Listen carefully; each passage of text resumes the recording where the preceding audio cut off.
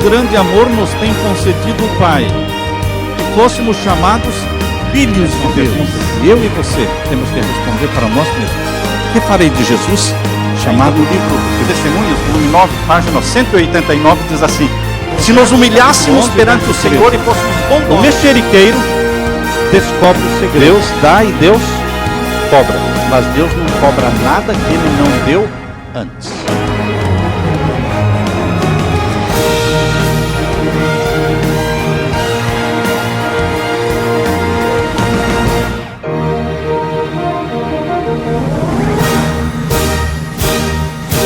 Antes de iniciarmos o estudo da Bíblia, vamos orar mais uma vez. Assentados como estamos.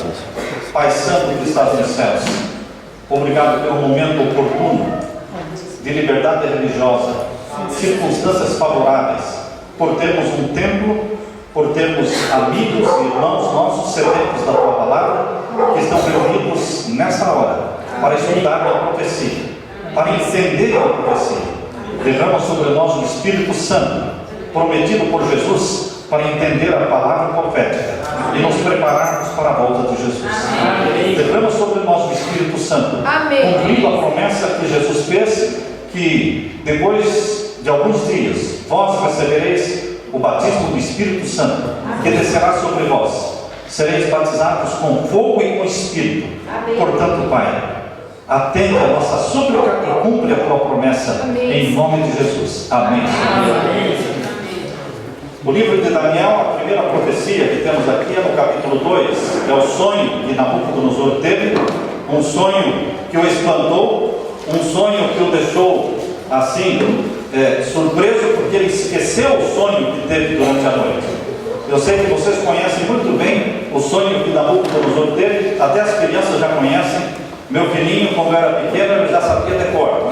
A estátua com cabeça de ouro, peito e braço de prata, o quadril e a coxa de bronze, e as pernas de ferro, e os pés em parte de ferro, em parte de barro, e então a pedra que desceu do céu. Então, esta é uma profecia estudada e reestudada pela Igreja Adventista, e nós sabemos muito bem o significado dessa profecia. Deus revelou para Nabucodonosor a história do mundo todo em um só sonho. Deus deu o sonho a Nabucodonosor e deu a revelação do sonho a Daniel.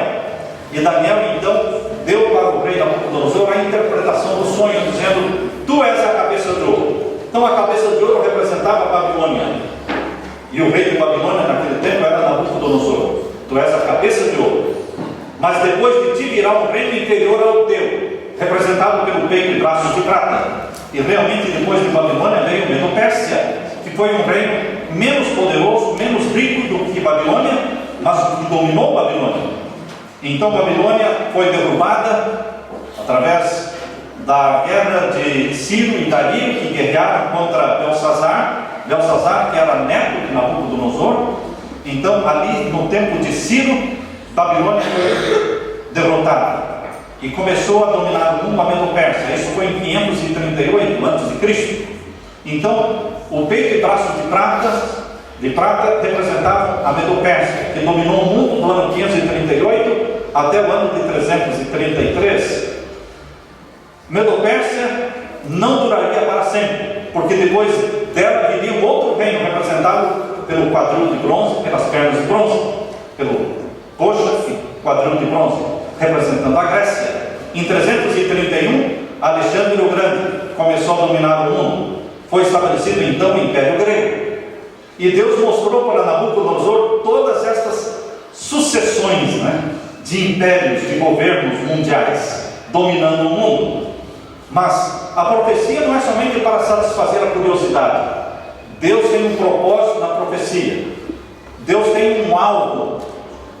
Ele quer levar o seu povo para a volta de Jesus, porque toda a profecia, tanto em Daniel como no Apocalipse, nos conduzem para a volta de Jesus. Amém. Tudo foca a volta de Jesus. Amém. Então, depois da Grécia representada pelo bronze, veio então o Império Romano, representado pela perna de ferro. E assim como a perna é o membro mais longo do corpo, mais longo do que o busto, mais longo do que o quadril e a coxa, a perna de ferro representava então o Império Romano, que foi o que mais durou. O Império de Ferro, o Império Romano, durou do ano 168 a.C.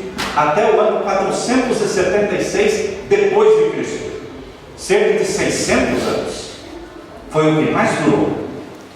Mas este império não seria eterno também. A Bíblia diz que ele se dividiria e não mais se misturaria, assim como o barro não se mistura com o ferro. Eles procurariam se unir de novo, mas não iam conseguir. E o Império Romano, em 476, deixou de existir. E surgiram as nações da Europa. As 10 tribos que surgiram do Império Romano estavam representadas pelos 10 dedos da estátua. Então, queridos, do Império Romano surgiram as nações que hoje estão na Europa. Naquele tempo, existiram 10 tribos bárbaras: Évolos, Vândalos e Ostrogodos, 3. Os Lombardos, 5, 4. Os Saxões, 6.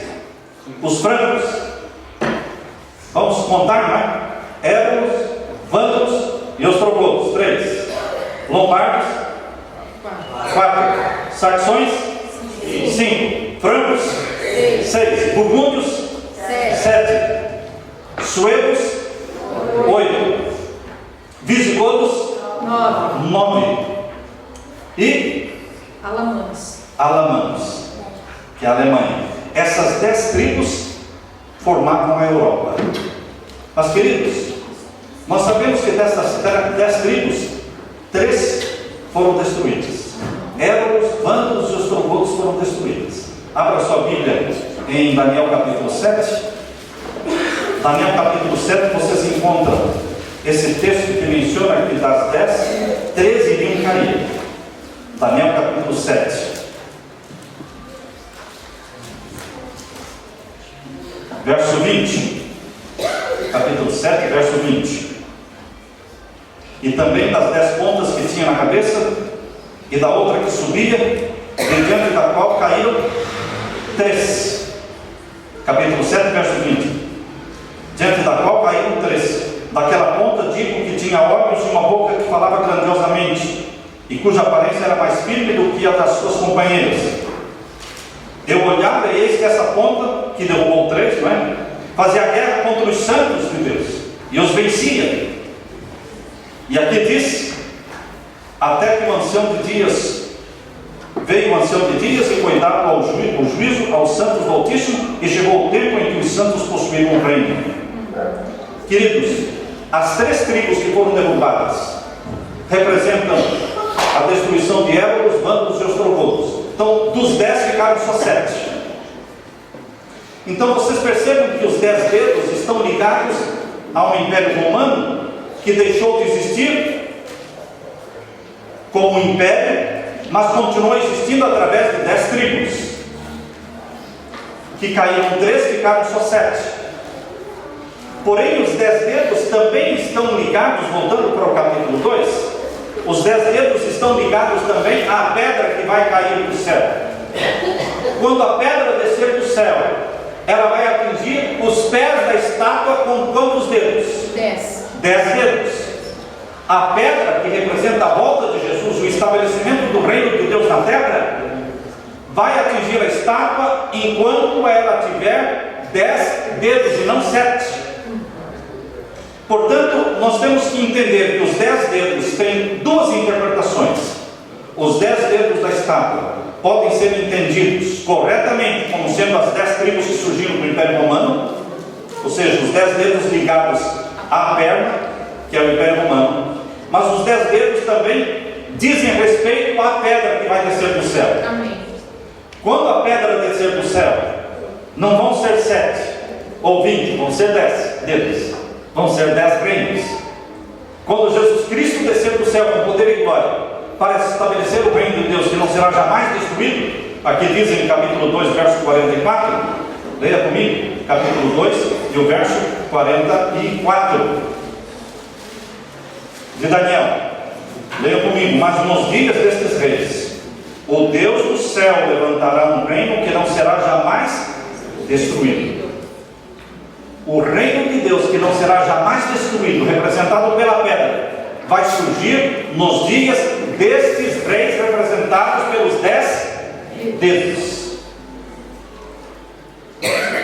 Agora nós já estamos falando não da perna com seus dedos, nós estamos falando dos dedos com a pedra.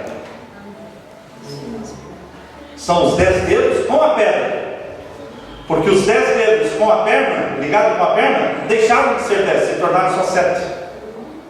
Mas agora está falando de 10 dedos, 10 reinos, no momento em que a pedra vai surgir do céu. Amém. E vai estabelecer o reino de Deus, que não será jamais destruído.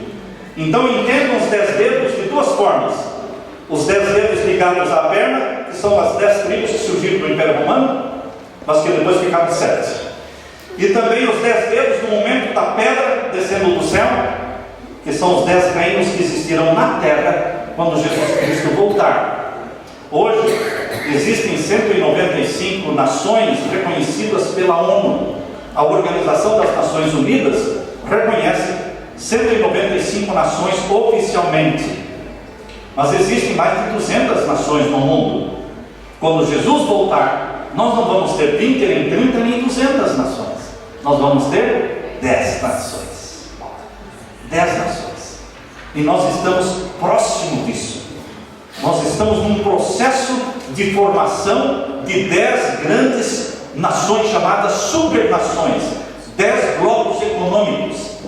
Essa profecia de Daniel capítulo 2, verso 44, vamos terminar de ler aqui o verso 44. Mas nos dias destes reis, o Deus do céu levantará um reino que não será jamais destruído, e esse reino não passará a outro povo, esmiuçará e consumirá todos esses reinos, ou seja, todos os 10 reinos vão ser destruídos, e será estabelecido para sempre o reino de Deus. Amém. Queridos, abra a Bíblia agora em Apocalipse capítulo 17.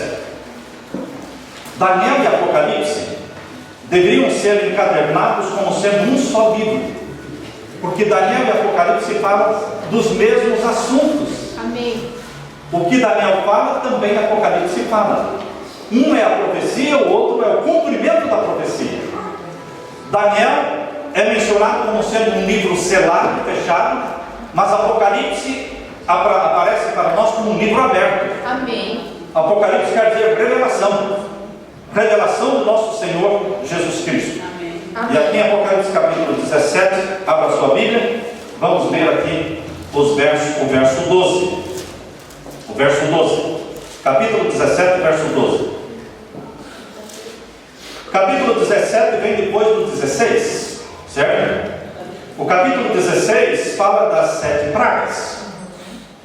Certo? Correto? O capítulo 16 fala das 7 pragas.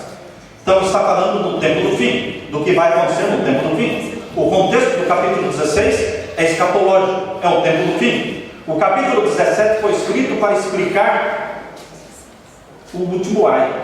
A Bíblia fala aqui no Apocalipse que existem 3 ais.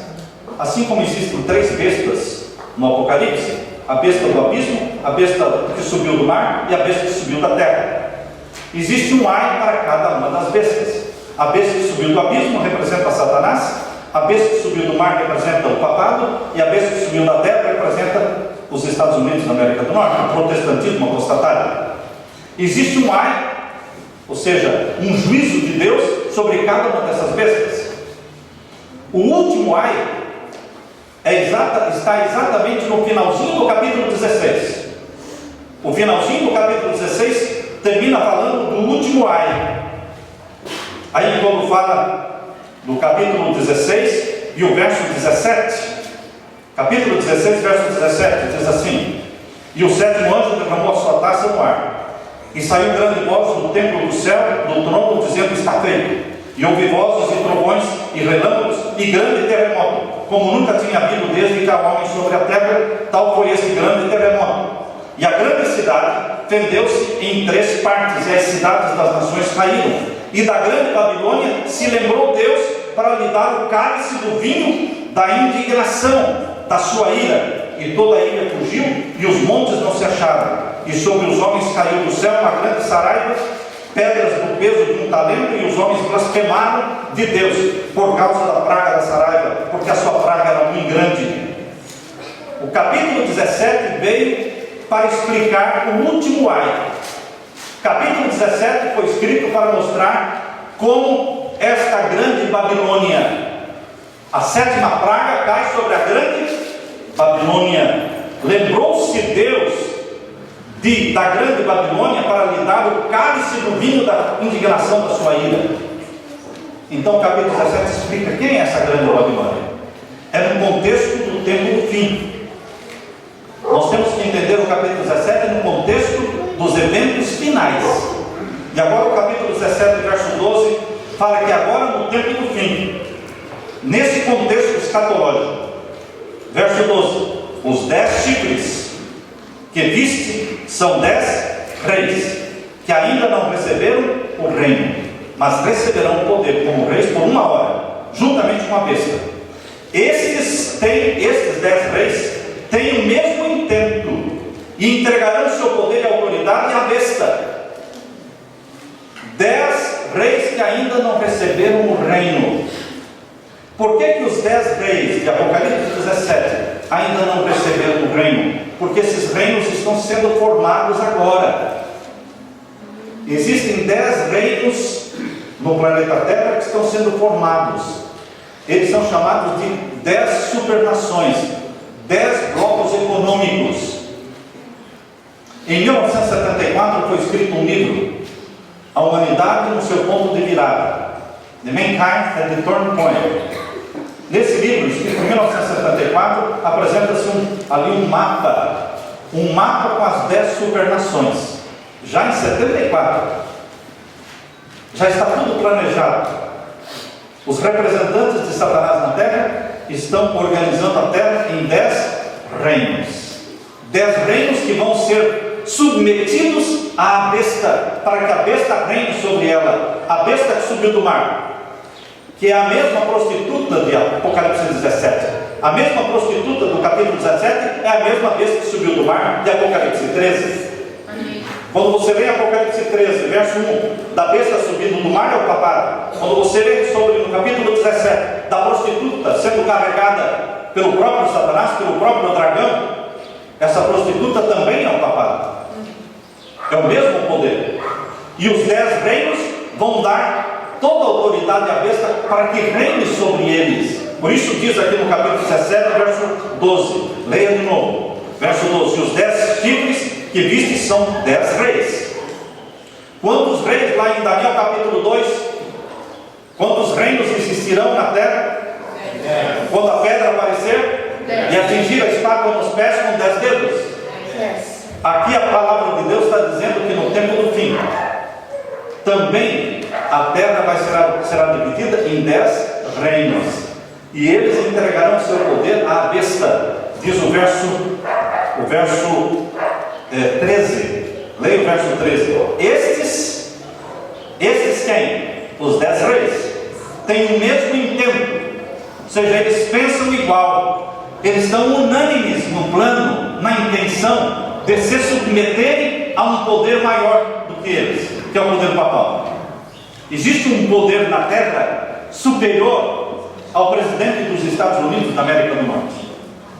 Existe um poder na Terra superior a Dilma, superior a Putin da Rússia, superior a qualquer reino, qualquer rainha, qualquer rei da Terra.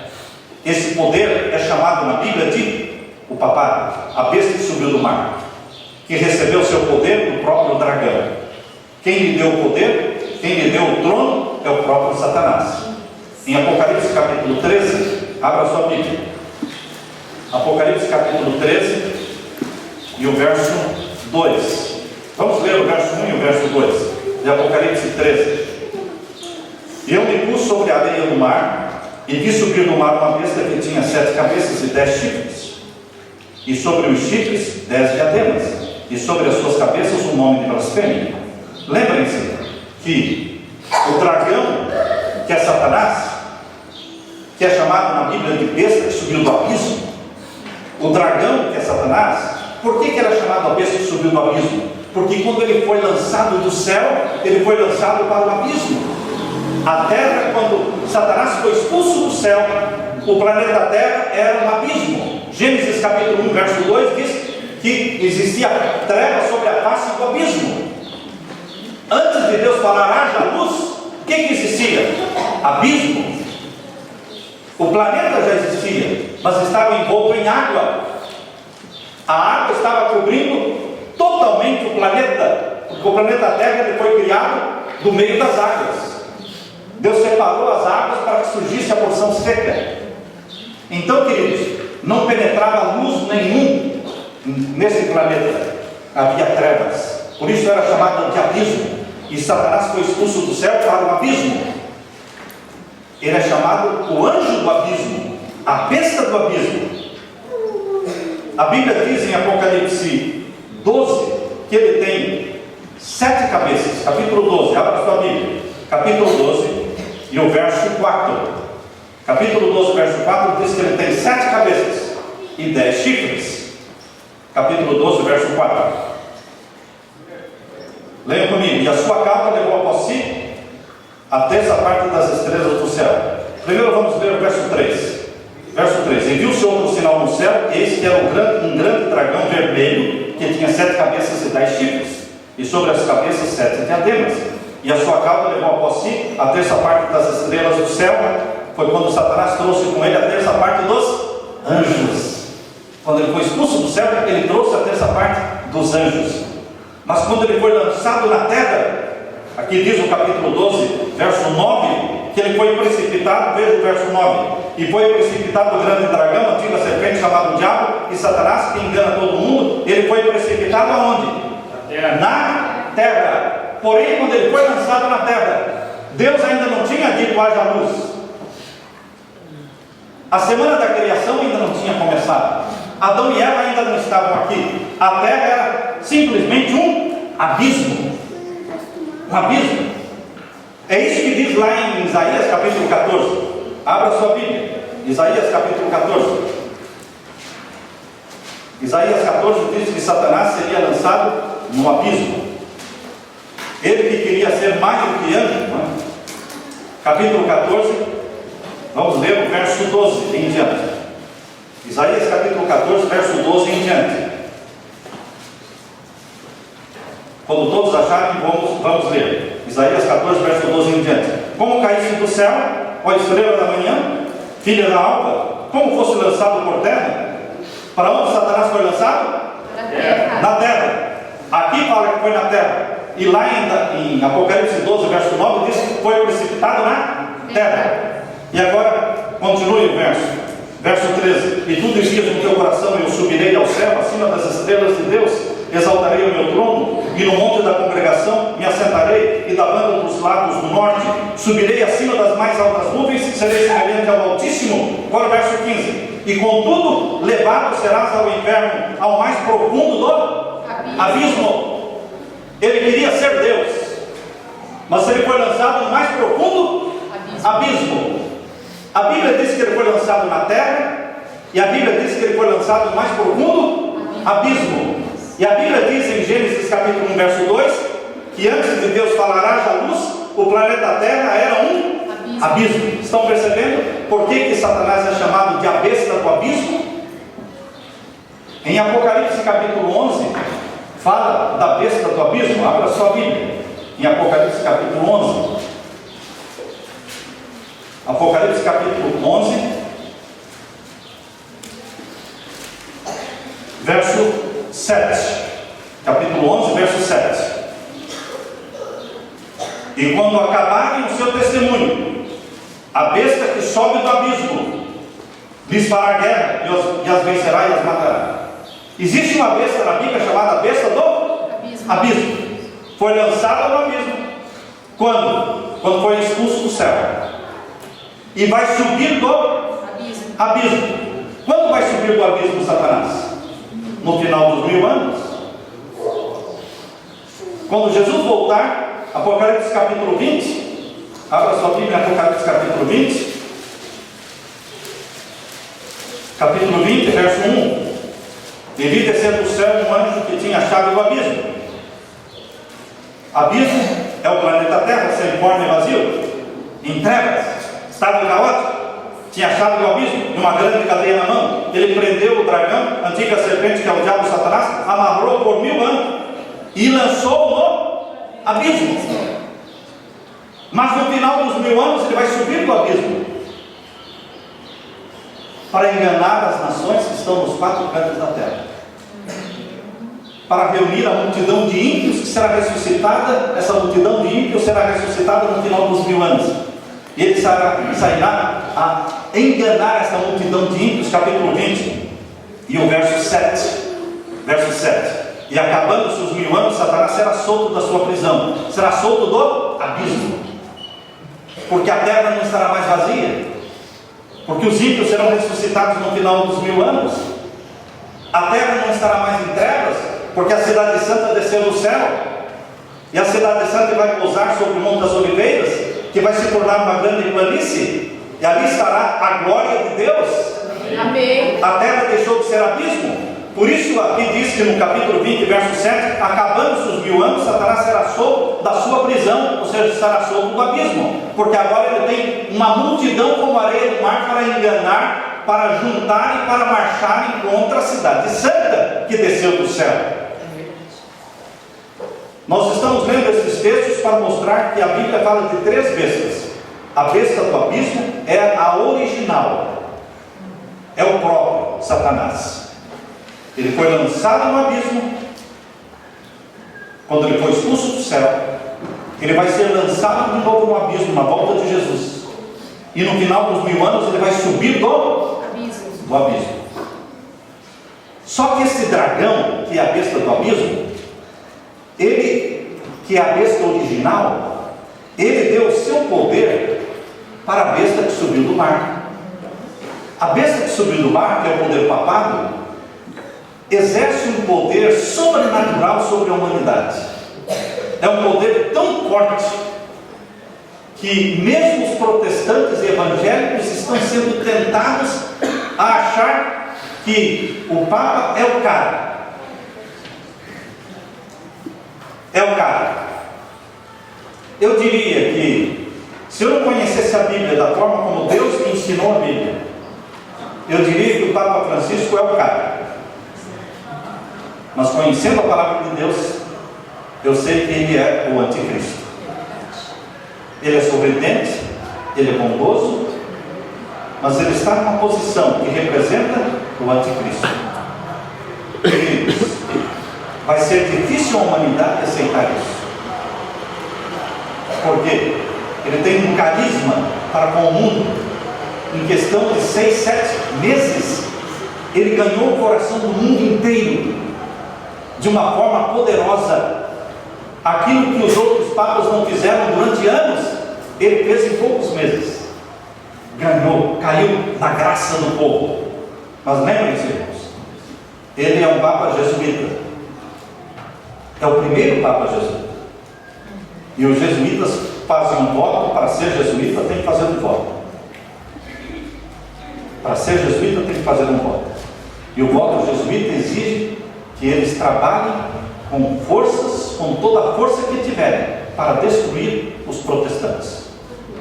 Morte aos protestantes. Então, queridos, nós estamos vivendo num tempo de perseguição. Nós estamos vivendo num tempo em que em breve, novamente a perseguição se levantará contra os que guardam os mandamentos de Deus e têm a fé de Jesus. Amém.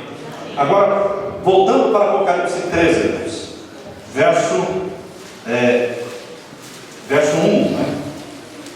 E eu me pus sobre a areia do mar, e vi subir do mar uma besta que tinha 7 cabeças e 10 chifres. Quantas cabeças e quantos chifres tinha o dragão vermelho? No capítulo 12, verso 3.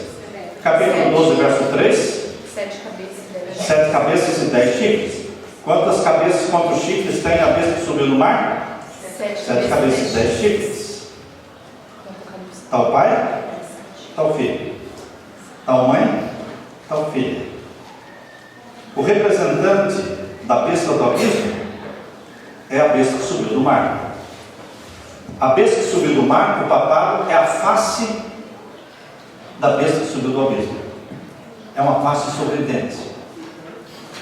É uma face que representa a santidade dentro do mundo. Mas quem lhe deu esse poder e quem lhe deu o trono? Vejam agora o verso 2, capítulo 13, verso 2. E a besta que vi era semelhante ao leopardo, porque tem um pouquinho da religião grega, e os seus pés como os de urso, porque tem um pouquinho da religião persa, e a sua boca como de leão, porque tem um pouco da religião de Babilônia, e o dragão deu-lhe o seu poder. Quem lhe deu o poder? O dragão. E o que mais além do poder o dragão deu para ele? O seu trono e grande poder. Alguém um dia perguntou para mim: pastor, você concorda que o trono de Satanás, o quartel-general de Satanás, está localizado ali no Triângulo das Bermudas? Porque onde muitos navios afundam, muitos aviões caem, existe alguma coisa misteriosa ali por volta daquela região do Triângulo das Bermudas? Eu disse: não, eu não concordo com isso, porque a Bíblia diz que o trono de Satanás está no Vaticano. A Bíblia está dizendo que o trono de Satanás está onde o papado estabeleceu o seu trono, porque aqui está dizendo no capítulo 13, verso 2, que o dragão lhe deu o seu poder, o seu trono. O imperador romano tinha o seu trono em Roma. Quando o imperador romano transferiu a capital do Império Romano para Constantinopla, que hoje é Istambul, eu estive em Istambul, visitando a cidade de Istambul. Antes o nome de Istambul era Constantinopla, porque foi fundada por Constantino. Constantino, em 330, transferiu a capital de Roma para Constantinopla. Agora a cidade de Roma, que era a capital do mundo, onde o imperador romano, pagão, adorador do sol, tinha o seu trono, agora ficou a cidade de Roma vazia de poder, porque o imperador saiu. Então o bispo de Roma começou a adquirir mais poder. Na ausência do imperador, a maior autoridade em Roma agora era o bispo de Roma. E dali para frente, isso foi no quarto século, em 330. De 330 para frente, o bispo de Roma foi crescendo em poder. E ali onde está o Vaticano hoje, ali foi um presente, foi uma doação feita pelo imperador romano ao bispado de Roma. Ali onde está o Vaticano, ali estavam os jardins de Nero, ali estavam os palácios de Nero, imperador Nero. Ali onde está o Vaticano, existia ali o circo de Nero, o circo de Calígula, o circo de Nero. Ali Pedro foi sacrificado, ali foi crucificado de cabeça para baixo. Ali foi ali que eles construíram o Vaticano. Era a residência do imperador romano, representante do Deus Sol, e agora é residência do rei de Roma, rei papal, representando o Sol, adoração ao Sol. É a mesma coisa. De Roma imperial passou para Roma papal, mas a adoração ao Sol continua sendo realizada. Percebam, irmãos, que Satanás deu o seu trono ao poder papal. Portanto, o trono de Satanás está ali no Vaticano. Percebam aqui no capítulo 13, irmãos, que a besta que subiu do abismo, que é o dragão, deu poder e deu o trono dele para a besta que subiu do mar, que é o papado. Por isso, queridos, aqui no capítulo 17, vejam aqui no capítulo 17. Capítulo 17, vocês vão encontrar duas bestas. Capítulo 17, verso 1. Veio um dos 7 anos que tinham as 7 taças e falou comigo dizendo: vem mostrar-te a condenação da grande prostituta que está sentada sobre muitas águas. Essa grande prostituta está falando de uma grande igreja. Mulher em profecia representa o quê? Igreja. Prostituta em profecia representa igreja falsa. É uma prostituta sentada sobre muitas águas. Águas em profecia representam povos, multidões de línguas. Capítulo 17, verso 15, diz que águas em profecia representam multidões, povos de línguas. Leiam aí o verso 15 conosco. E disse-me: as águas que viste onde se assenta a prostituta são povos, multidões, nações e línguas. Então é uma igreja mundial, assentada sobre muitas águas. Verso 2: com a qual se prostituíram os reis da terra. É uma igreja que se relaciona com reis, com rainhas, com princesas, com príncipes. É uma igreja poderosa no mundo. E diz o verso 3: e levou-me em espírito a um deserto, e vi uma mulher assentada, que é a prostituta, né? Que é essa grande igreja, assentada sobre uma besta de cor escarlate, uma besta de cor vermelha, escarlate e vermelho, que estava cheia de nome de blasfêmios, que tinha 7 cabeças e 10 chifres. Estão lembrando da besta, do dragão do capítulo 12, verso 3? O dragão do capítulo 12, verso 3? Que com a sua cauda trouxe a terça parte dos anjos do céu. É Satanás. É ele que está carregando a mulher, a prostituta. Satanás. Quem carrega a prostituta é a besta que subiu do abismo. É o dragão que foi lançado do céu, que é descrito como tendo 7 cabeças e 10 chifres.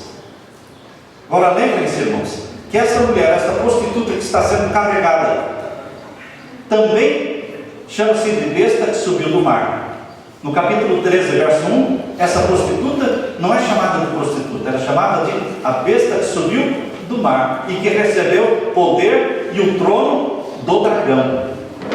Lá no capítulo 13, verso 2, ela recebeu o poder e o trono do dragão. Aqui no capítulo 17, ela não recebeu o poder e o trono, ela está sendo carregada. Veja uma parceria, veja a intimidade, a dobradinha que existe entre a besta do abismo e a besta que subiu do mar. Entre Satanás e o papado existe uma parceria para dominar a terra. Enquanto Jesus não descer do céu, o anticristo é o papado. Mas quando Jesus estiver para descer do céu, o papado vai cair, vai ser derrubado. E quem vai estar na terra como anticristo é o próprio anticristo, Satanás.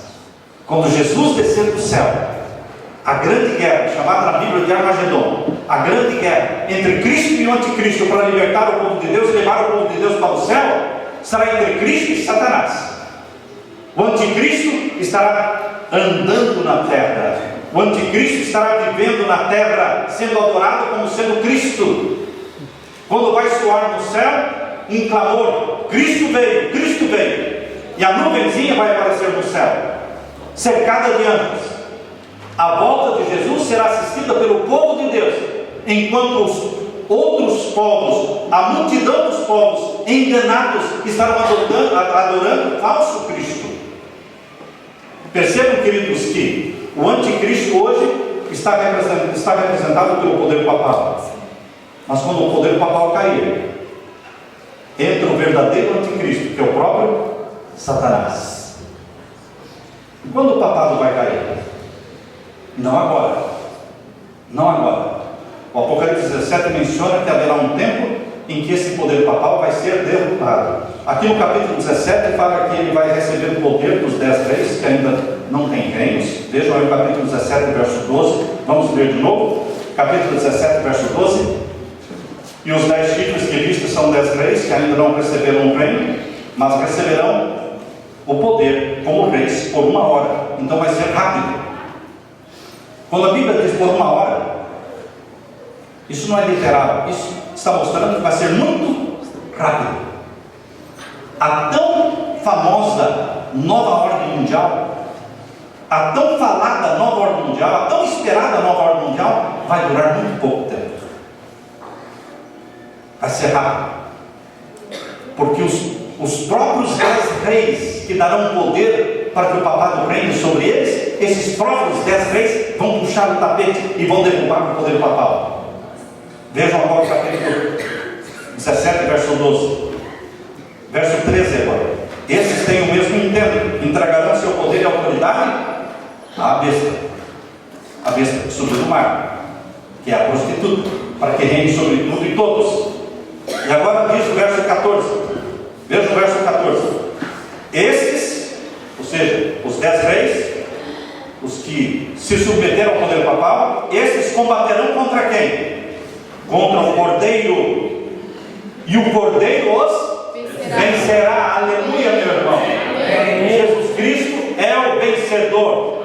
Jesus Cristo venceu a Satanás no céu, expulsando-o do céu. Jesus Cristo venceu a Satanás no deserto da tentação.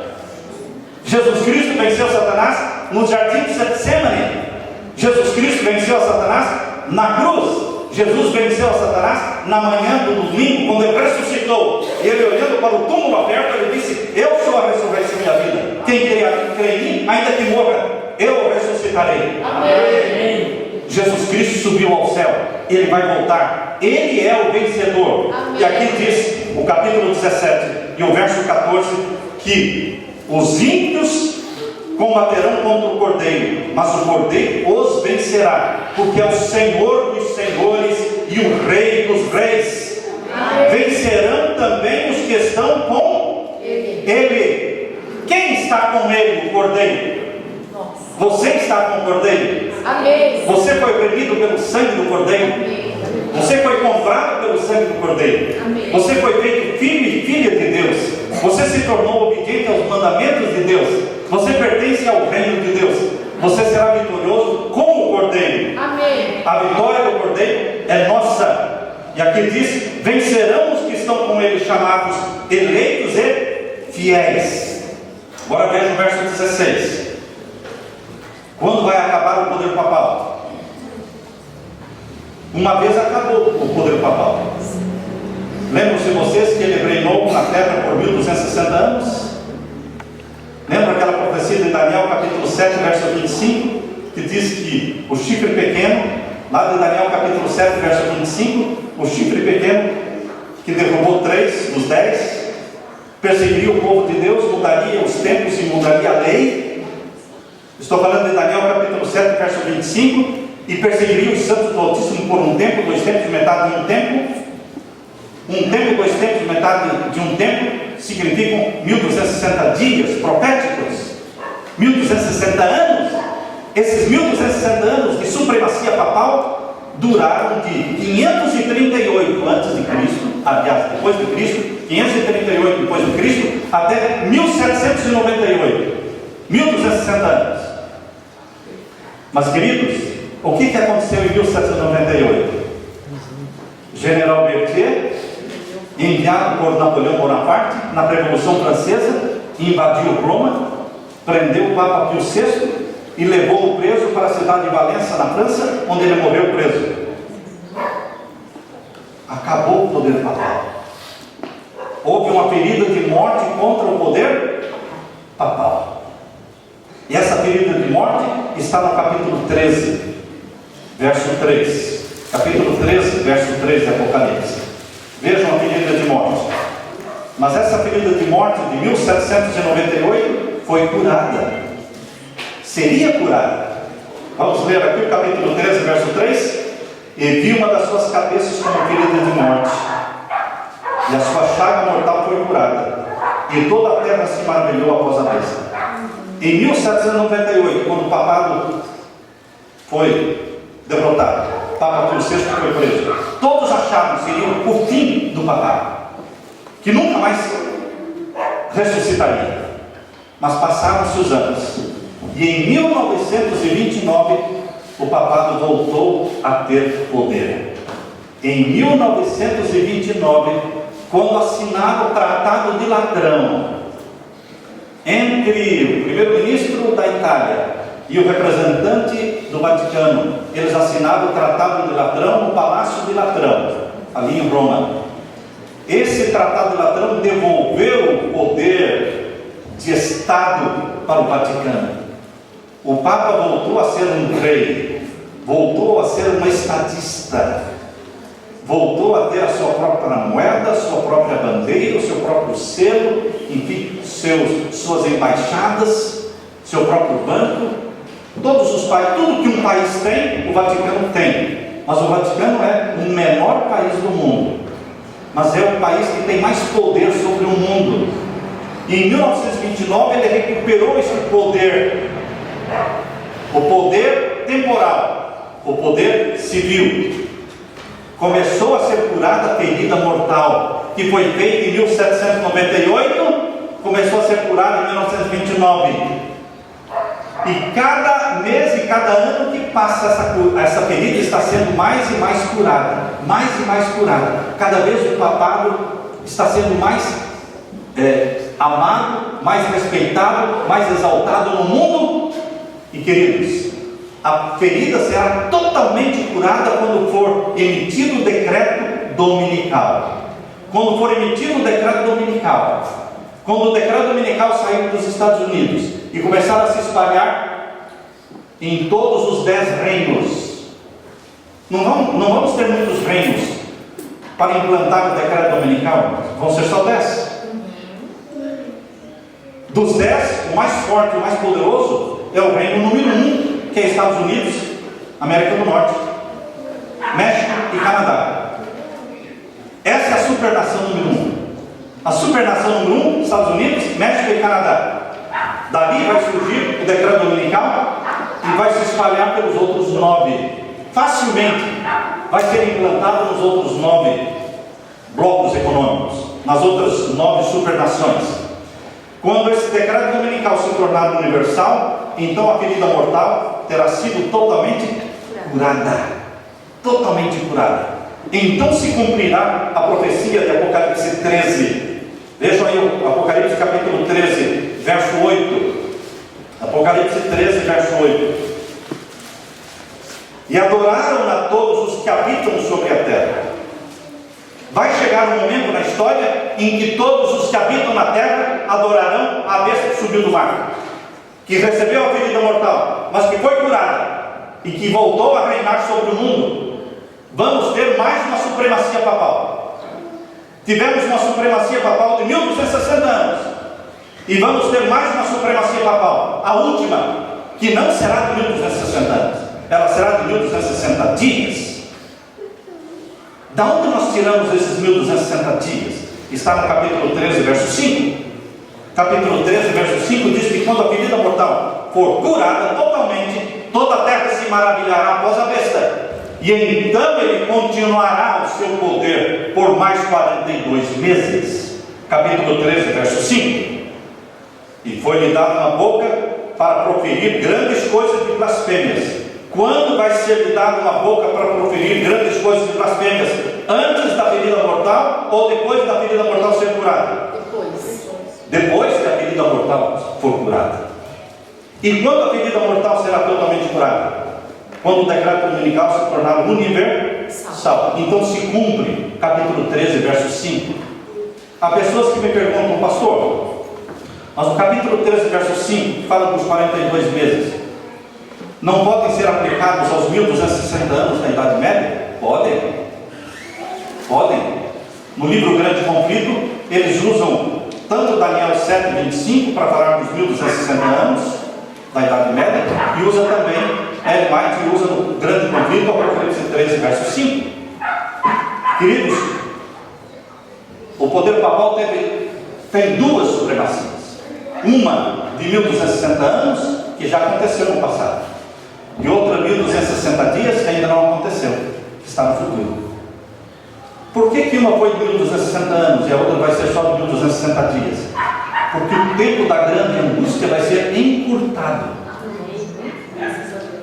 O tempo da grande angústia não será longo. A grande última angústia será maior do que todas as outras, mas ela será curta. Porque se não fosse encurtado o tempo, se não fosse abreviado o tempo, nem uma carne se salvaria de Jesus. Lá em Mateus capítulo 24, diz que por amor aos filhos de Deus, o tempo da grande angústia será abreviado. Abra sua Bíblia em Mateus capítulo 24. Abra sua Bíblia em Mateus capítulo 24. Pode anotar as suas perguntas, para daqui a pouco nós vamos ter os momentos para perguntas. Mateus capítulo 24. Vamos ler aqui. Abra sua Bíblia. Vai abrir e vai marcando a sua Bíblia.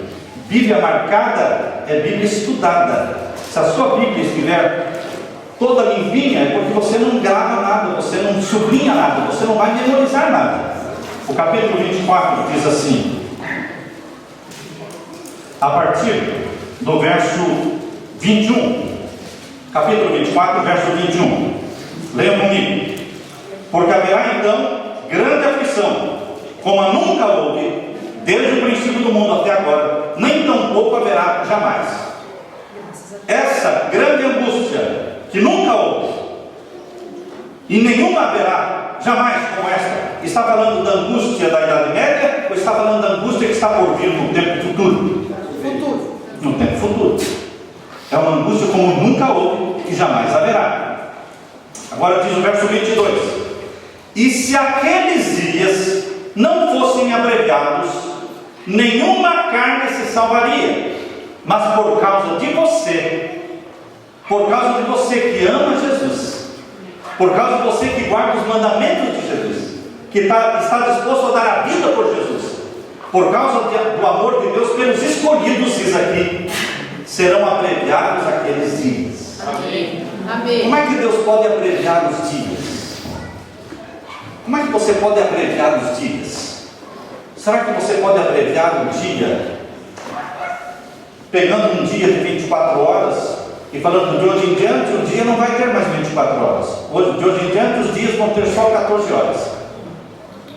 Será que Deus pode abreviar os dias, transformando o ano de 365 dias em anos de 180? Como é que Deus pode abreviar os dias? Queridos, Deus usa para abreviar os dias o mesmo sistema, o mesmo método que Ele usou para alongar os dias. Deus disse, e nós estudamos na missão desta semana, que os espias espiaram a terra por 40 dias, certo? Os espias, os 12 espias espiaram a terra por 40 dias. Deus disse, assim como vocês difamaram a terra, falaram mal da terra, vocês não vão entrar na terra prometida, com exceção de Josué e Caleb. Vocês vão voltar para o deserto. E Deus diz assim, um dia para cada ano. 40 dias espiando a terra, 40 anos vão vaguear no deserto. É assim que Deus alonga o tempo. Deus alonga o tempo usando o princípio chamado princípio dia-ano. Isso está também em Ezequiel capítulo 4, um dia para cada ano. Deus alonga o tempo. Por isso os 1260 dias da supremacia papal da Idade Média foram transformados em 1260 anos, porque usou-se o princípio dia-ano. Então, Deus usa na Bíblia o princípio dia-ano para alongar o tempo. Qual é o sistema que Deus vai usar na Bíblia para abreviar o tempo? Em vez dele usar o princípio dia-ano para alongar, Deus usa o tempo literal. 1260 dias serão 1260 dias. 42 meses serão 42 meses. Não são proféticos. É um tempo literal. Será que existem na Bíblia profecias de tempo literal? Existem na Bíblia profecias de tempo literal. A Bíblia diz que o povo de Deus permaneceria no Egito quanto tempo? 430 anos. Tempo profético ou tempo literal? Tempo literal. Deus disse que o seu povo iria ser prisioneiro e levado como cativos para a Babilônia e que lá eles permaneceriam 70 anos. Tempo literal ou tempo profético? Tempo literal. A Bíblia diz que quando Jesus Cristo voltar, Satanás será lançado no abismo e o povo de Deus será levado para o céu, e Satanás será lançado no abismo por 1000 anos. 1000 anos proféticos ou literais? Hein? Literais. Então a Bíblia tem profecias de tempo literal e tem profecia de tempo profético. Nós, ao estudarmos a Bíblia, nós temos que pedir a orientação do Espírito Santo para entendermos quando a Bíblia está falando de profecia de tempo profético usando o princípio dia-ano, e quando a Bíblia está falando de uma profecia de tempo literal. Então, a supremacia papal da Idade Média foram 1260 anos proféticos, 1260 dias proféticos, que são 1260 anos. Mas quando aqui em Apocalipse 13, irmãos, Apocalipse 13, voltando agora para Apocalipse 13, verso 5. Apocalipse 13 e o verso 5 está falando do tempo do fim. E o tempo do fim, os acontecimentos serão rápidos. Os últimos acontecimentos serão rápidos.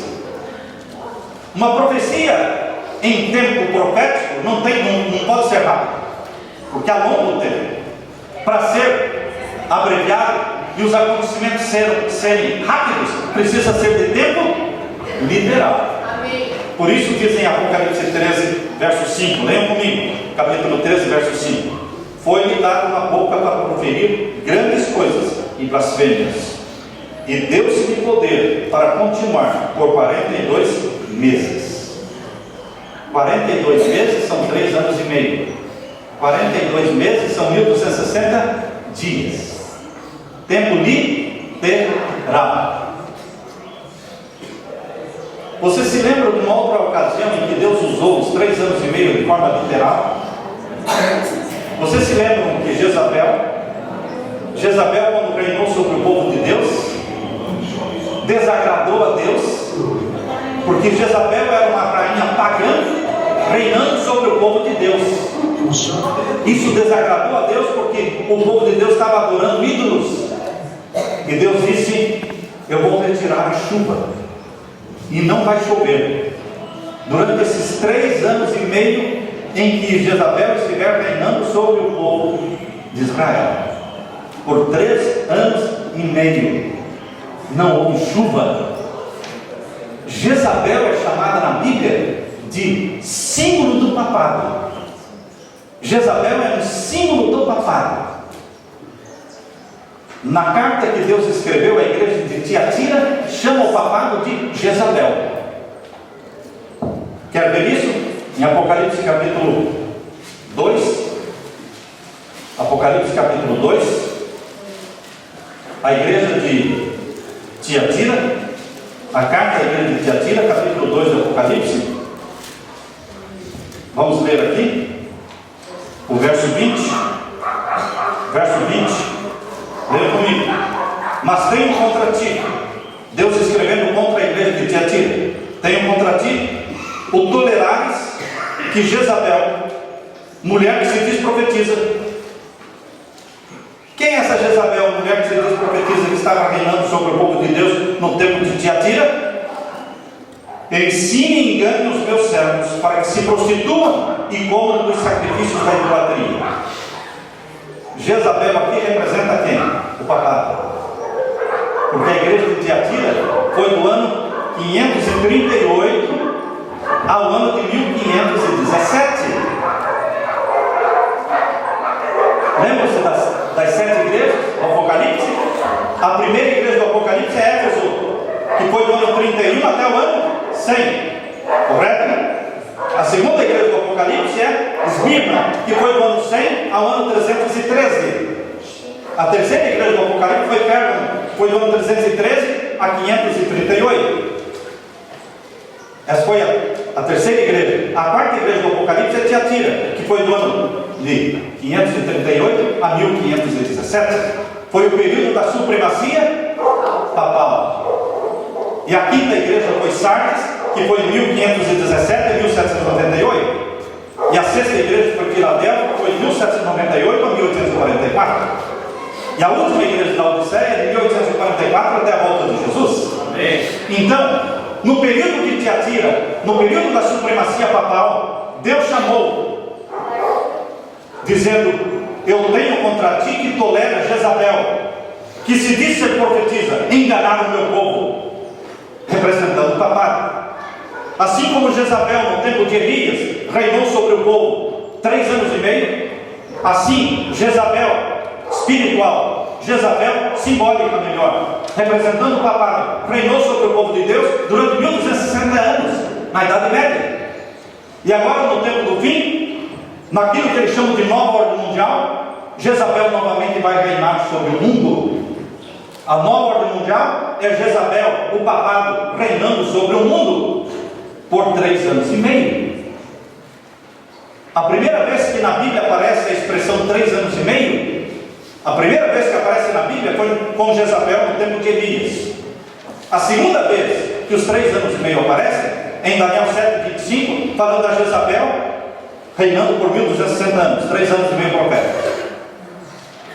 E agora, em Apocalipse 13, verso 5, diz que a Jezabel, o poder papal, vai reinar na terra de novo por 42 meses. Percebam, 3 anos e meio literais, primeiro, depois 3 anos e meio proféticos, e agora no tempo do fim, 3 anos e meio literais.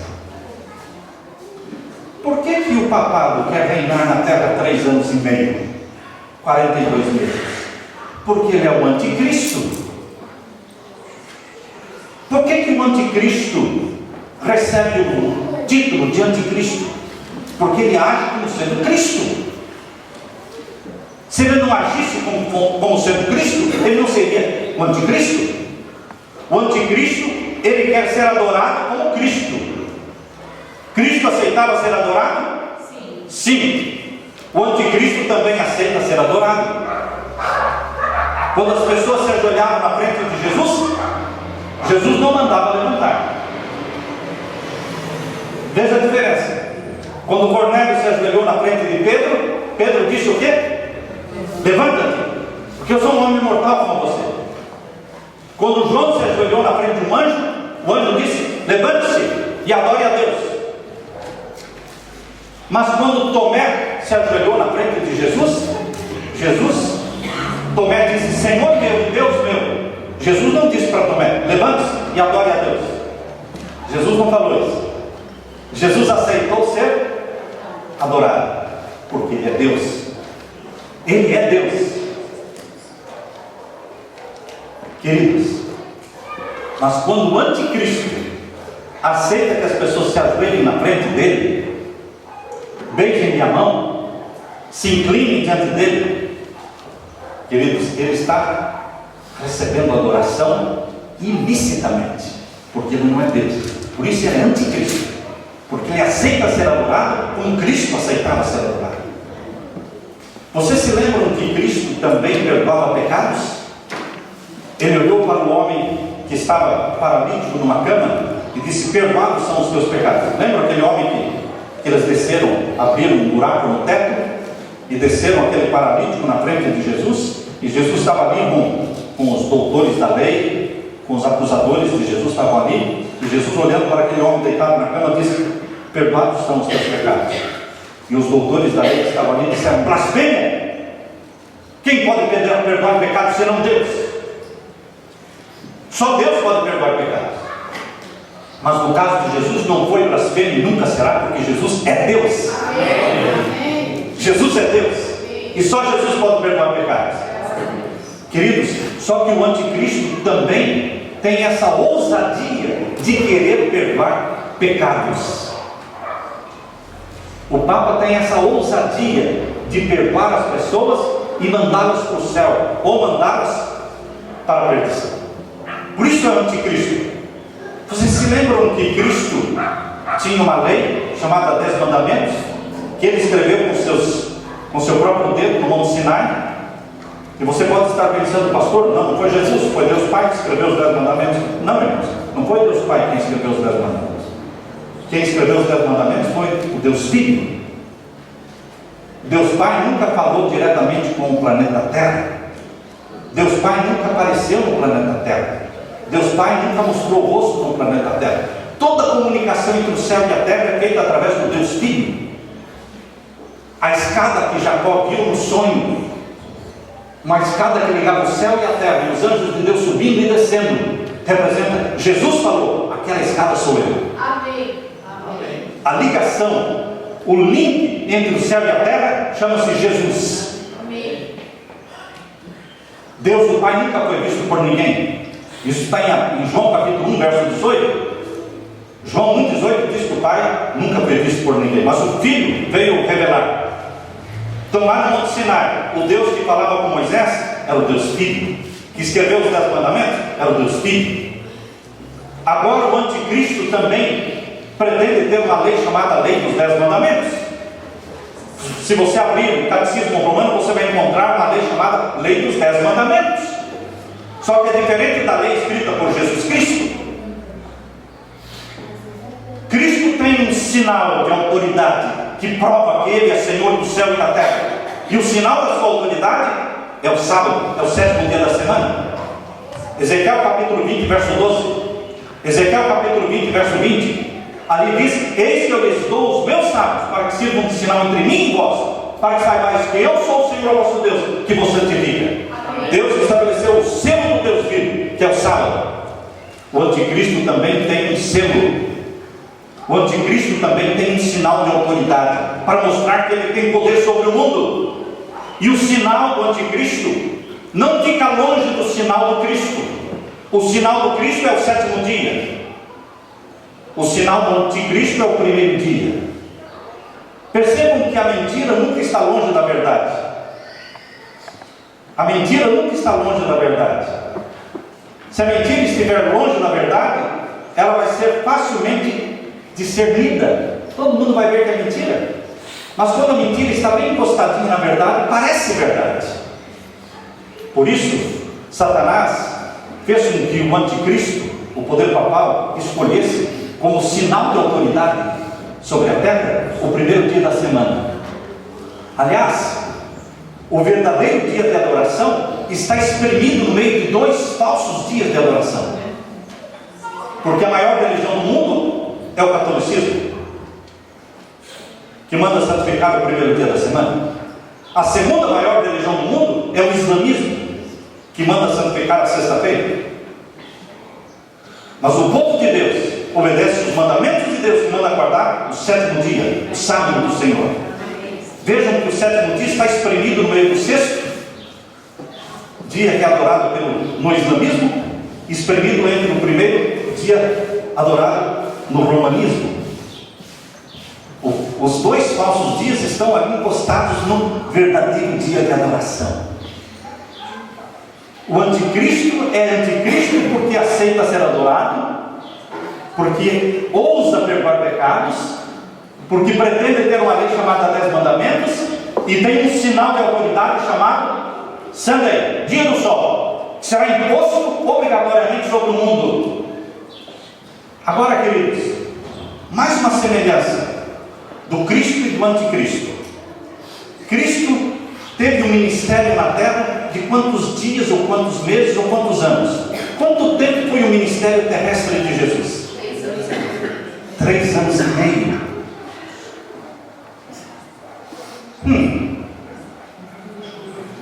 Não, pastor, Jesus viveu 33 anos na terra. Sim, Jesus viveu 33 anos, mas o ministério dele não foi 33 anos.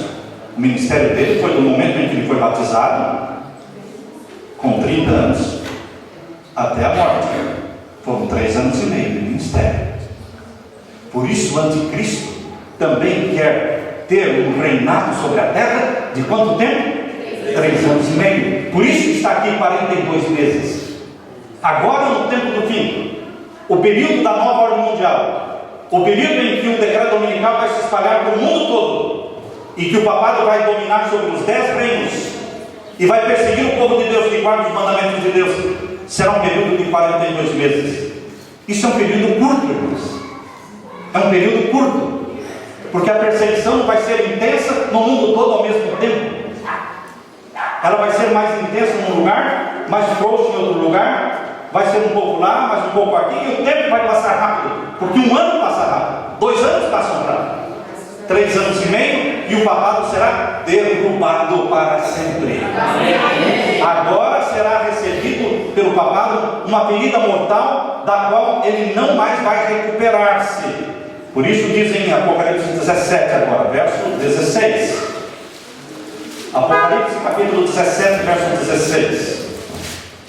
Apocalipse capítulo 17, verso 16. Aqui nós vemos. Todos acharam?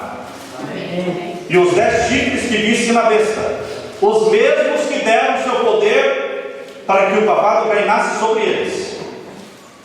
Certo? Os mesmos. E os 10 chifres que viste na besta são os que aborrecerão a prostituta. E o que farão? E a porão desolada e nua, e comerão a sua carne, e a queimarão no fogo. Destruição total do poder papal. Por que o papado será destruído? Será derrubado? Porque quando Satanás aparecer na terra, personificando Jesus, não tem mais espaço para o papado. Agora será o próprio anticristo, o original, que vai estar andando na terra dizendo: eu sou o Cristo. Nesse tempo em que Satanás vai estar andando na terra dizendo: eu sou o Cristo, o papado já terá sido derrubado. Queridos, nós estamos vivendo no tempo do fim. Nós estamos vivendo no tempo em que o decreto dominical será estabelecido. Nós estamos vivendo no tempo em que as 10 supernações estão sendo formadas. Prova isso, pastor Samuel. Prove isso. Pois bem, irmãos, a NAFTA, que é a Organização das Nações Americanas, Canadá, México e Estados Unidos, chamado de NAFTA, ou União Norte-Americana, já é um projeto votado pelo Congresso americano desde o tempo do presidente Clinton. Desde o tempo do presidente Clinton isso já foi votado.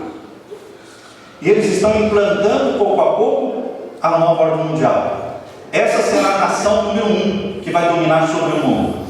A nação número 2 foi a primeira que foi implantada. A nação número 2 é a comunidade europeia, que já está funcionando. Hoje você viaja da França para Espanha ou para Itália, todos os países ali, você viaja como se fosse um país só, sem necessidade de visto. A moeda é uma só, é o euro, o dólar. Já existe a comunidade europeia. Assim vai funcionar também a comunidade americana, Estados Unidos, México e Canadá, da mesma forma.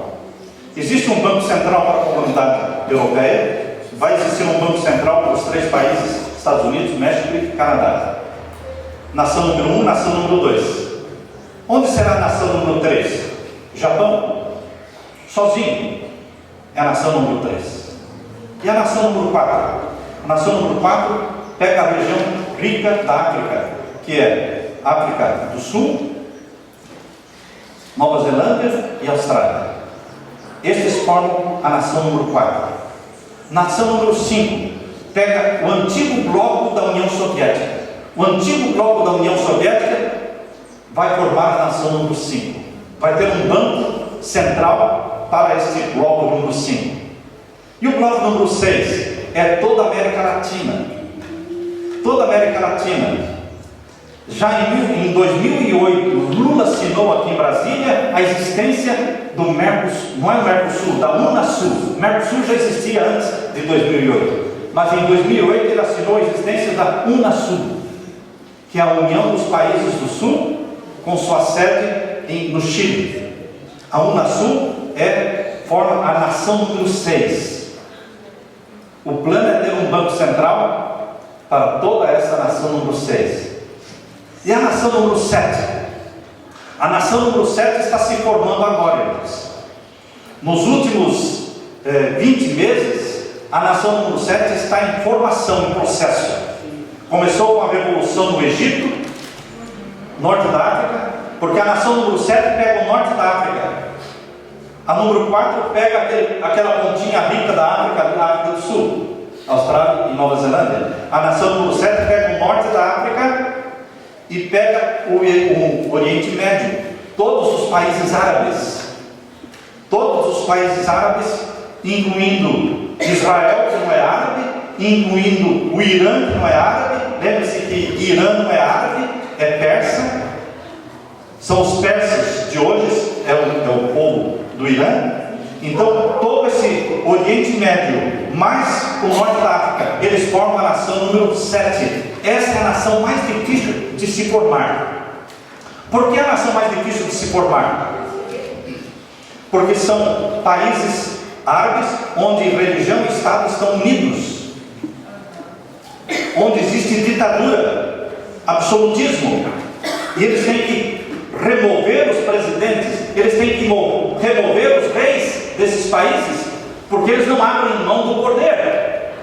Para eles abrirem mão do poder é só arrancando, como aconteceu no Egito, como aconteceu na Líbia, como está acontecendo na Síria, como vai acontecer no Sudão. Eles têm que ser removidos à força. Por isso estão essas guerras acontecendo no norte da África e no Oriente Médio, para criar-se a nação número 7. E a nação número 8? A nação número 8 pega o centro da África Central. E a número 9 pega a Ásia. A Ásia é a nação número 9. E a número 10 é a China, sozinha. Essas são as 10 supernações.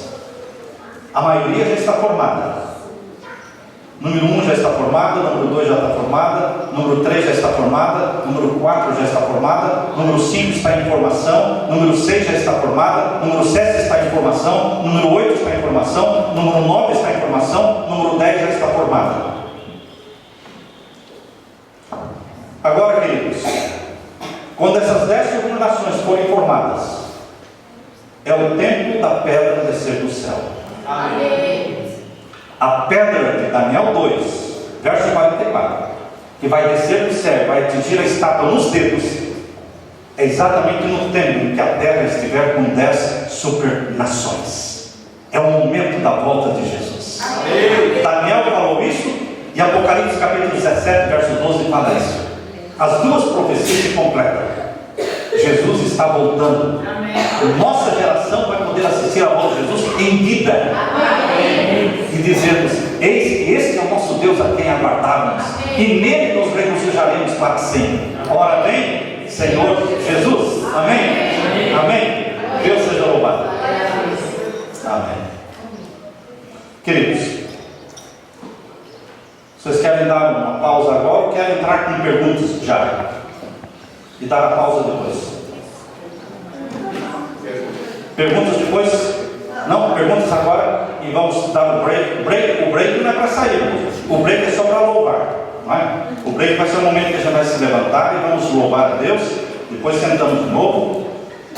Então vamos abrir agora para perguntas, tá bom? Seria muito bom se nós tivéssemos mais um microfone, para que a pergunta fosse feita no microfone, para que fosse ouvida também na gravação, fosse ouvida a pergunta que está sendo feita. Seria bom fazer a pergunta no microfone.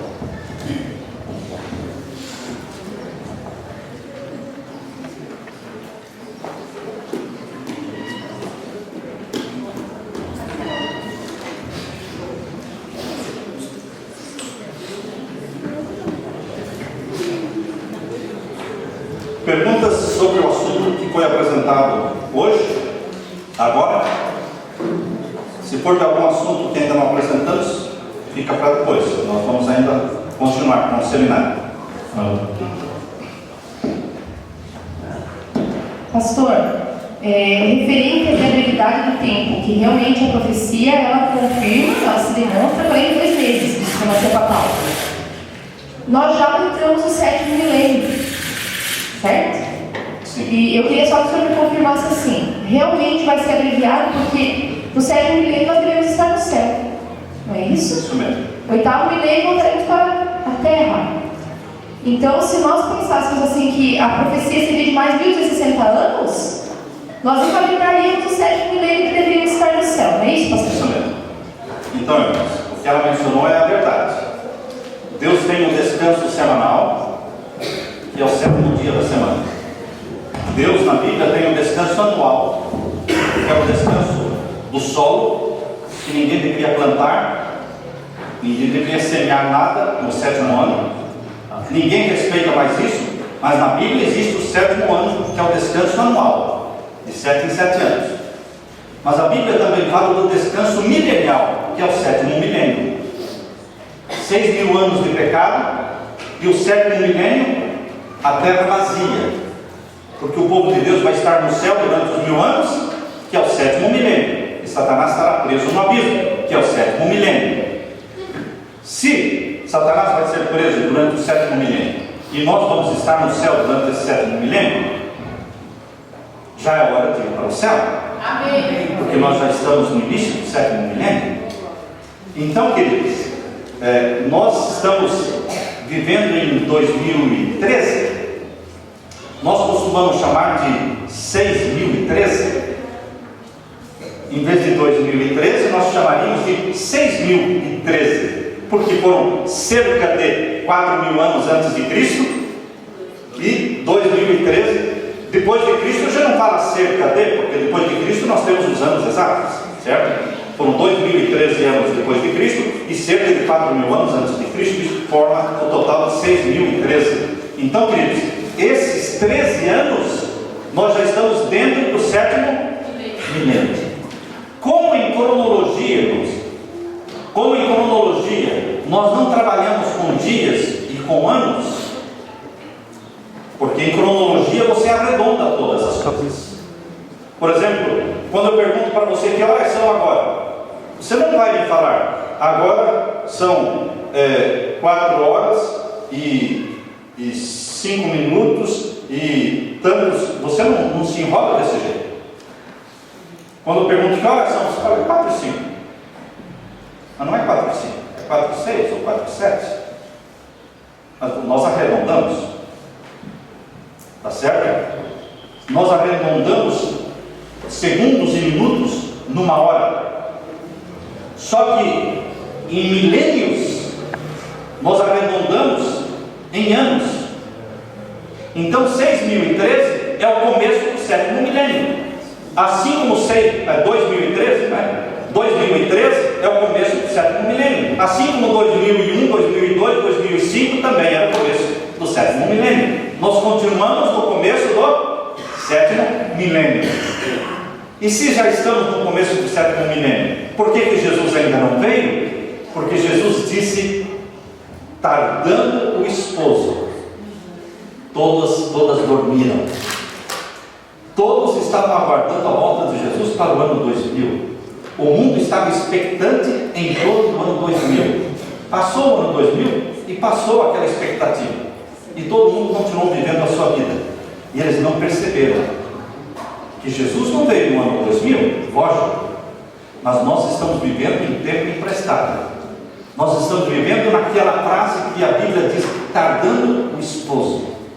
Nessa hora do tardando o esposo, eles estavam esperando o esposo para que horas? Meia-noite, não é? Jesus não veio, o esposo não veio, dormiram. Não é hora de dormir na hora do tardando o esposo. Se você tem que dormir, poderia ter dormido antes. Se você está esperando o ônibus das 2, você pode até sentar e dar um cochilo, se for 1h30 ou 15 das 2, porque o ônibus das 2 ou vem 2 ou vem depois das 2, antes das 2 também. Então, queridos, se nós estávamos esperando a volta de Jesus para esse final de milênio, para essa virada de milênio, agora não é hora de dormir, porque estamos vivendo no tardando o esposo. Nós não sabemos o dia, a hora da vida do esposo, mas nós estamos vivendo no tardando o esposo. E a Bíblia diz: todas dormiram. Não é hora de dormir, é hora de estar estudando a palavra de Deus, cavando o vinho, preparando-nos para a volta de Jesus. Amém. Isso nos dá um senso de urgência. Isso ajuda você a ficar firme e reavivado. Quando você pensa que Jesus vai demorar, você relaxa. Quando você pensa que Jesus vai voltar logo, ou que você pode morrer hoje mesmo, e se você morrer hoje mesmo, para você Jesus já voltou, então isso dá um senso de urgência e você vive longe dos pecados, você confessa os pecados, você ajeita a sua vida com Deus, porque você tem o senso da urgência de Jesus. É isso que ajuda você a viver reavivado. É saber que Jesus vai voltar logo. E que eu ou você poderemos morrer a qualquer dia, em qualquer hora. Portanto, eu tenho que viver hoje como sendo o único dia que eu tenho da minha vida. Se eu tenho que estudar a Bíblia, tem que ser hoje. Se eu tenho que pedir perdão, tem que ser hoje. Se eu tenho que dizer que eu amo alguém, tem que ser hoje. Se eu tenho que escrever uma carta pedindo perdão para alguém, tem que ser hoje. Porque eu não tenho o dia de amanhã. Esse senso da urgência da volta de Jesus me faz viver uma vida reavivada. E é isso que Deus quer, que você viva dessa forma. Pastor, um complemento só, que na pregação que eu vi pela internet, o senhor disse que os 3 anos e meio em que representava Jezabel, né, que não choveu no período de Jezabel. E eu gostaria que o senhor comentasse também com a igreja um pouquinho, que também não haverá chuva no período do reinado do papado durante 3 anos e meio igualmente. E uma outra questão, pastor, bem rapidinho. Os líderes hoje, desses 10 blocos ali, os líderes, eles sabem, eles têm noção, consciência de que eles estão vivendo esse tempo que Satanás está dando esse poder para eles. Eles sabem disso? Eles sabem de tudo isso que está acontecendo? Aqueles que não têm o conhecimento da profecia não entendem a formação dos 10 blocos e da nova ordem mundial da forma como nós entendemos. Que eles não têm o conhecimento da profecia. Eles são adoradores de Satanás. Mas eles pensam que essa nova ordem mundial vai durar um milênio todo.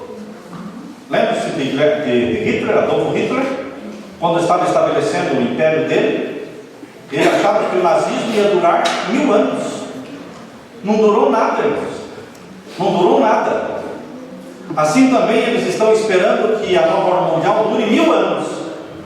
Que esse 7º milênio, que eles chamam de era de Aquário, eles chamam esse 7º milênio de era de Aquário, cuja religião se chama Nova Era. Eles acham que vai durar os 1000 anos, mas não vai durar somente 42 meses. Quando eles disserem paz, paz, lhes virá repentina destruição. Durante esses 42 meses, quando o papado estava reinando sobre os 10 blocos, ninguém vai estar se revoltando contra ninguém. Os 10 blocos vão estar submissos ao poder papal. A única pedra no sapato são os que guardam o sábado. Os que guardam o sábado serão a pedra no sapato deles, nadando contra a correnteza, indo na contramão dos projetos que eles têm. Por isso eles perseguirão os guardadores do santo sábado, dos mandamentos de Deus. Mas eles estarão vivendo num tempo em que eles chamarão de paz, paz, paz. Mas lhes virá repentina destruição, porque 42 meses num projeto mundial não significa nada.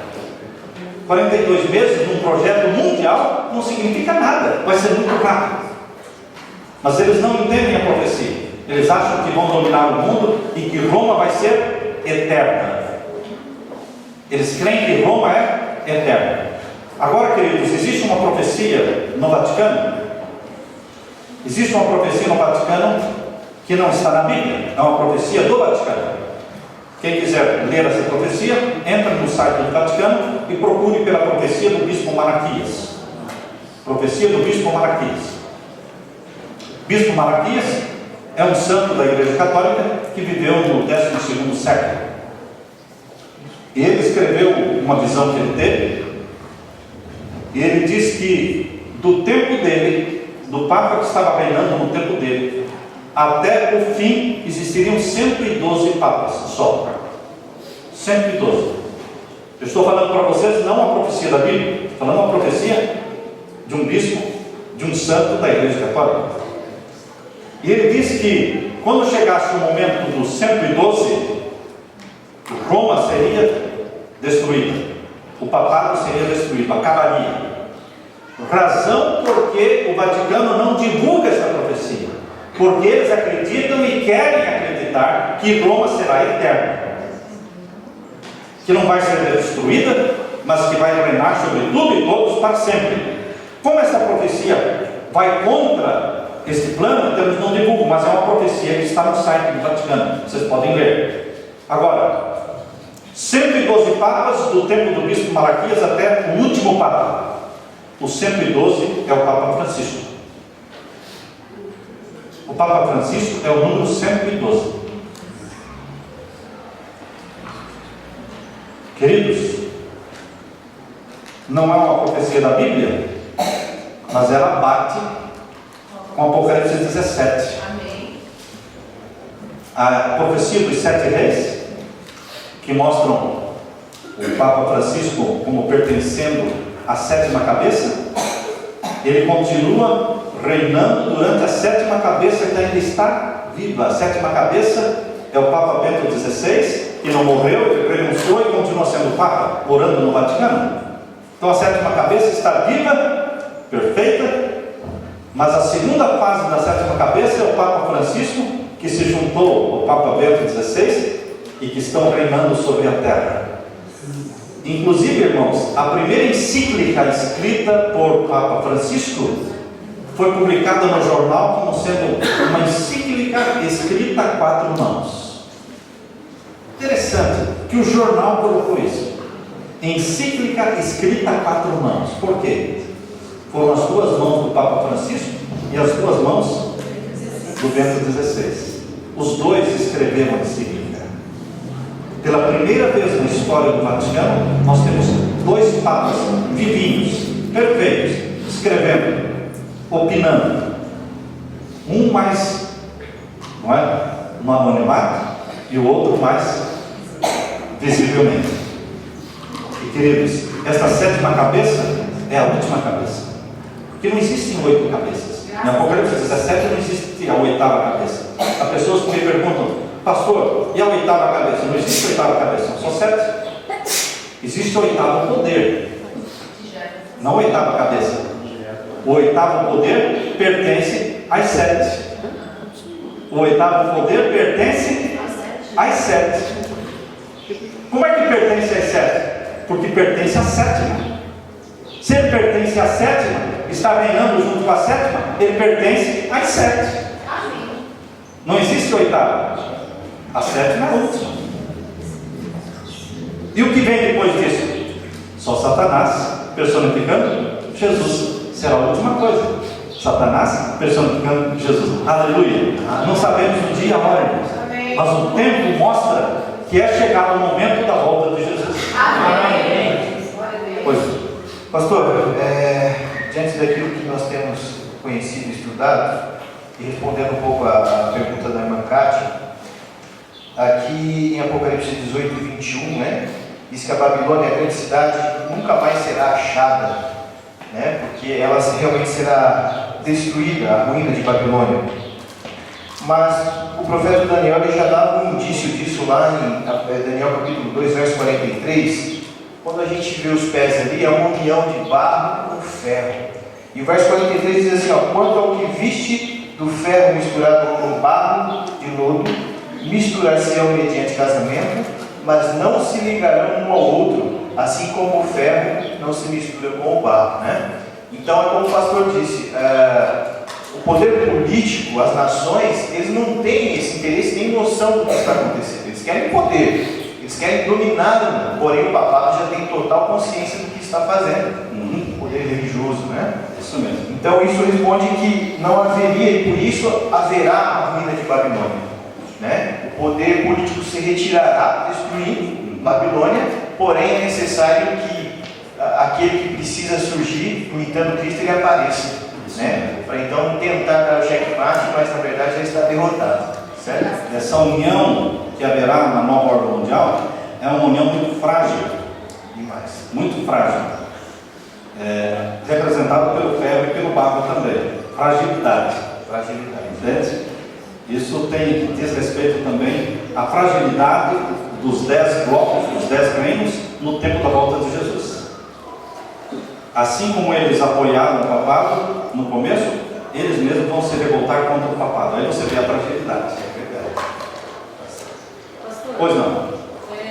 na Bíblia... Pode fazer a pergunta no microfone, porque assim fica registrado ali. Na Bíblia tem uma passagem que diz assim, como nós testarmos o Espírito, né? Se o Espírito diz que Jesus não veio em carne, né, é uma das maneiras de ser testado, né? O Papa Francisco, essa semana, ele deu uma declaração que Deus não é católico, Deus é universal de todas as igrejas, e ele dizendo assim, eu acredito que Jesus veio em carne, sabe? Então é uma declaração que ele está dando, e uma maneira das pessoas que ler essa passagem na Bíblia, acreditar que ele realmente também é o Espírito de Deus. Eu falei isso essa semana, mano. Tá certo. Alguma pergunta mais, irmãos? Então vamos. Pois não. Sobre a chuva. Sobre a chuva, irmãos. Em Apocalipse capítulo 11, durante os 3 anos e meio do tempo de Elias, em que Jezabel estava reinando sobre o povo de Deus, não houve chuva. Por que a chuva foi retirada? Porque na Bíblia a chuva é símbolo de bênçãos. Orai para que tenham chuva, a chuva temporã e a chuva serôdia. Chuva na Bíblia não representa somente o derramamento do Espírito Santo. Chuva na Bíblia representa também o derramamento das bênçãos de Deus sobre o povo. Quando a chuva era derramada, a semente germinava, a colheita era farta. Mas quando Deus via que o povo estava apostatado, Deus retirava a chuva, retirava a bênção. Quando a lei de Deus for anulada na face da terra, quando o decreto dominical for imposto de uma forma obrigatória e compulsória no mundo todo, a lei de Deus estará sendo invalidada e anulada em toda a terra. E a lei de Deus representa o caráter de Deus. É Deus quem está sendo banido da terra ao anularem a lei de Deus. Por isso Deus vai retirar as suas bênçãos, vai deixar de haver chuva durante os 3 anos e meio. Isso está em Apocalipse 11. Abra a sua Bíblia. Apocalipse capítulo 11. Vamos ler então aqui o verso 5. Verso 5. Vejam aí o verso. Vamos ler o verso 2. O verso 2, capítulo 11, verso 2. E deixa o átrio que está fora do templo e não o meças. O átrio do santuário terrestre era onde o povo entrava, certo? O povo não entrava no lugar santo nem no santíssimo, só o sacerdote. Mas no pátio, no átrio, eles entravam. No santuário do céu, ele tem o lugar santo e o santíssimo, onde nós não temos acesso, somente pela fé. Nós temos acesso a Jesus que está no lugar santo e no santíssimo, atuando por nós. Mas o átrio do santuário celestial é onde estão as nações. Por isso diz aqui o capítulo 11, verso 2: deixa o átrio que está fora do templo, não o meças, porque foi dado para as nações, e pisarão a cidade santa por 42 meses. O átrio, ou seja, o pátio do santuário celestial, é o planeta Terra, onde estão as nações. O cordeiro era morto aonde? No átrio, no lugar santo ou no santíssimo? Onde o cordeiro era morto? No átrio. Onde Jesus Cristo foi morto? No átrio. Qual é o átrio do santuário celestial? O planeta Terra. Qual foi o altar de sacrifício do santuário celestial? O Monte do Calvário. Qual é a pia do santuário celestial? A pia batismal. Para você ser salvo, você tem que passar primeiro pelo Calvário. Primeiro você passa pelo Calvário, porque o altar de sacrifício estava antes da pia. Primeiro o altar de sacrifício, o cordeiro era morto. Depois, entre o altar de sacrifício e o lugar santo, tinha a pia, onde os sacerdotes se banhavam para depois entrar no lugar santo.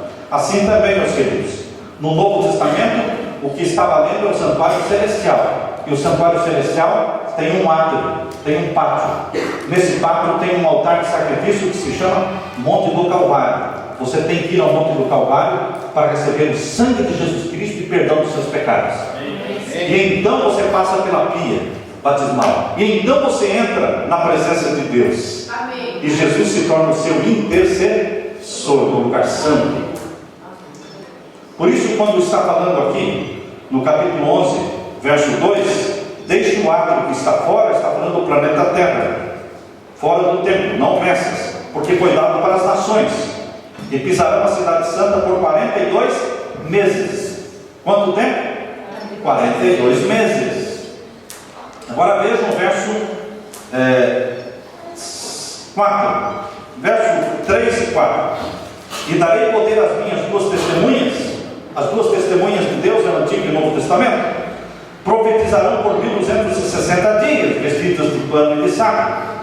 Estas são as duas oliveiras e os dois castiçais que estão diante de Deus, do Deus da terra.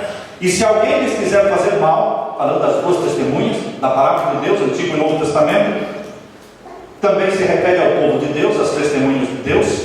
Se alguém lhes quiser fazer mal, fogo sairá da sua boca e devorará os seus inimigos. E se alguém lhes quiser fazer mal, importa que assim seja morto. Verso 6.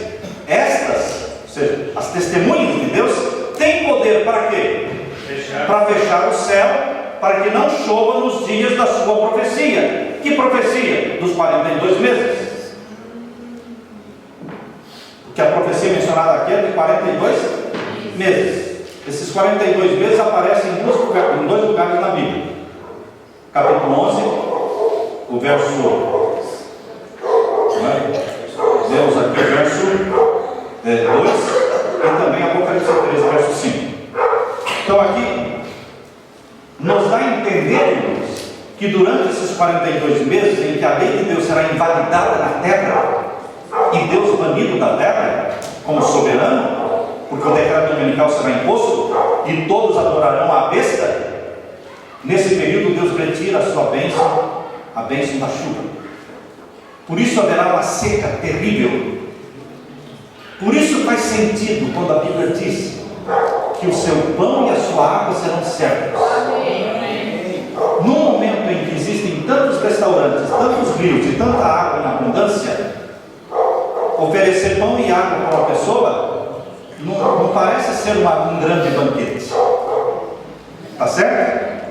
Não parece ser um grande banquete quando tem tantos restaurantes e tanta abundância de água. Mas quando o mundo estiver sofrendo a seca de 3 anos e meio e estiverem morrendo de fome e de sede, faz muito sentido a profecia que diz: mas os meus escolhidos, o meu povo, o pão e a água serão certos. Deus vai nos sustentar com pão e com água num tempo em que não existe pão e não existe água para os ímpios, mas para o povo de Deus haverá pão e água. Amém? Amém? Esse será o período dos 42 meses. Amém. Poderemos terminar agora, irmãos? Após não, irmãos? Queria perguntar qual parte que o Papa é a besta? Não existe um texto na Bíblia que diz que o Papa é a besta.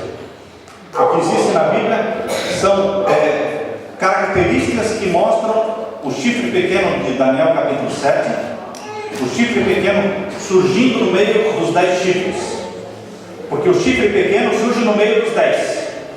Os 10 chifres são as 10 nações que surgiram do Império Romano, ou seja, as 10 nações da Europa. Fala que existe um chifre pequeno, Daniel capítulo 7, que surge no meio dos 10 e derruba 3. Ou seja, depois que surgiram as nações da Europa, são as 10 nações da Europa, o próximo poder que surgiu foi o poder papal. E foi ele quem derrubou os 3 Ébolos, Bândalos e Ostrogodos. Porque Ébolos, Bândalos e Ostrogodos eram 3 povos que não se submetiam ao papado. As outras 7 tribos se submeteram ao papado, mas essas 3 não se submeteram, por isso foram destruídas. Então, o único poder que surgiu depois das 10 tribos e no meio das 10 tribos, e que perseguiu o povo de Deus e que mudou a lei de Deus, foi o poder papal. Porque diz lá que mudará a lei de Deus e que perseguirá os santos de Deus.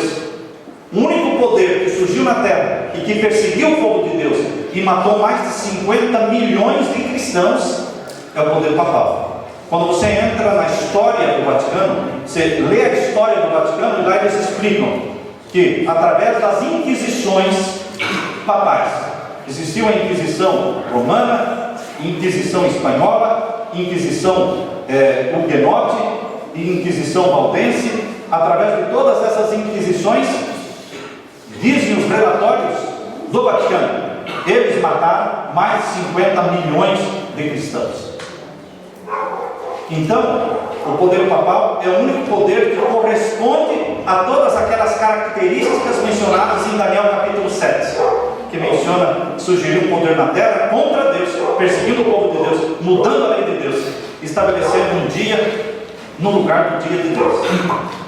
Então, através das características, você identifica quem é esse poder. É irrefutável, porque é muito forte a transparência com que a profecia mostra as características desse poder.